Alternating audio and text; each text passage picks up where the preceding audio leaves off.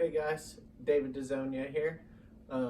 I decided on soccer as my topic for my informative speech. It seemed well received last time. It's definitely something I know a lot about, so here we go. Soccer, the most popular game in the world. The last World Cup drew in 3.5 billion watchers.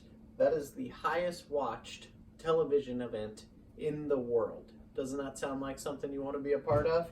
There's also over 250 million people worldwide that play soccer. If soccer players were a country, they would be the 5th largest country in the entire world.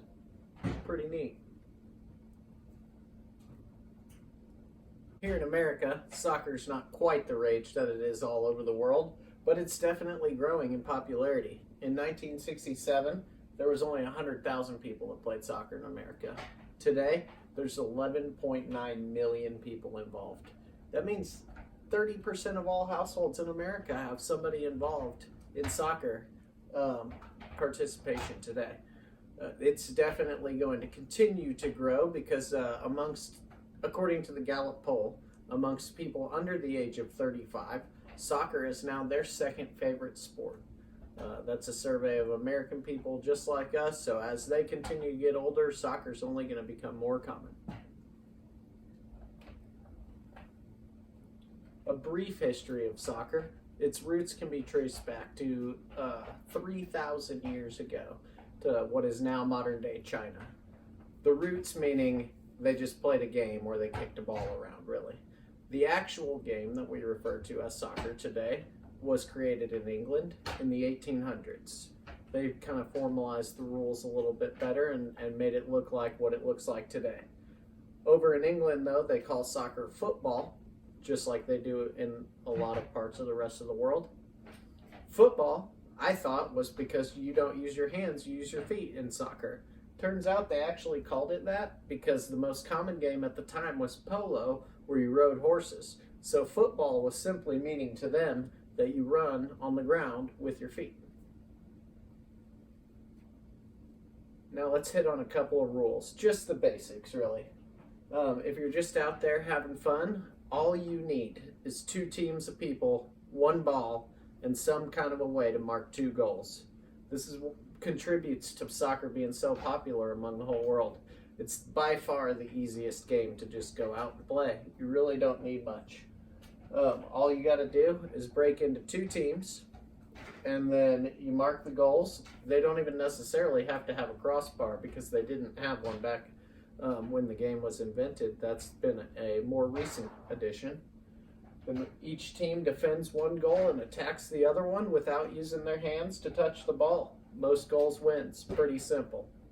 When you get into the more competitive sides of soccer, each team should have 11 players.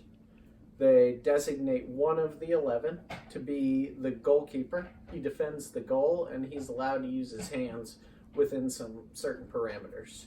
There's also a referee that calls fouls for excessive contact and excessive positional infractions such as offsides and boundary lines that mark a field of play, just like a lot of the other sports we know. So what about me? How do I get involved with soccer? There's actually a lot of opportunities in most cities nowadays. Churches even have leagues through this Upward Soccer program. It's pretty neat. We had it at my church in Iowa. A great opportunity where they just have a little kid-sponsored league. They'll run games, and then they'll usually have somebody give their testimony or share a story, and it's just a really good opportunity to not only let these kids run around and have fun, but also minister to them at the same time. So hopefully those programs will continue to grow in popularity. But some of these other ways also have great leagues if you don't have Upward in your area, and they always need volunteers to help coach, play in the adult leagues, or just shag some balls if you really don't want to get that involved.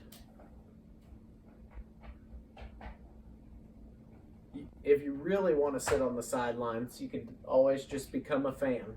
The international or throughout the world, soccer is kind of broken down in a couple different categories. We have the international game where nations represent themselves and play as a country. There's over 200 nations registered with FIFA, who's soccer's world governing body. They play a World Cup every 4 years, which is an all-world tournament. They also have soccer at the Olympics, which is played every 4 years, but alternating with the World Cup. They have regional competitions. We are in the CONCACAF region with Caribbean countries, Central American countries. So we have Mexico, Costa Rica, Jamaica, countries like that, where we play tournaments against them. We're actually in the Gold Cup for CONCACAF right now, so go Team USA. They play friendly matches periodically as well, just to stay sharp. Professional clubs also have worldwide leagues. There's several of them that we have lots of access here to in the United States. The English Premier League being one of them. My favorite team is Manchester United. They are an English Premier League team located in Manchester, England. We do have Premier League soccer here in the United States on Fox on Saturday mornings if you want to choose a team and start rooting. American soccer, as we know it, has a few leagues of their own. The Major League Soccer is the professional league. There's 24 Major League Soccer teams all across the United States. Major League Soccer provides a great opportunity for you to get out and see some professional sports at sort of a discounted rate. They have the lowest average ticket price of around $30 a ticket of all the American sports. The NFL is actually currently holding a $91 a ticket average. So you could take a family of 3 to an MLS game for the price of one NFL ticket. A bargain to go see some of the world's top players. Semi-pro leagues are also all across the United States and offer some great family fun and family-friendly activities. Overall, I love soccer. Soccer's called the beautiful game. It is the most popular sport in the world, and there's lots of ways to get involved.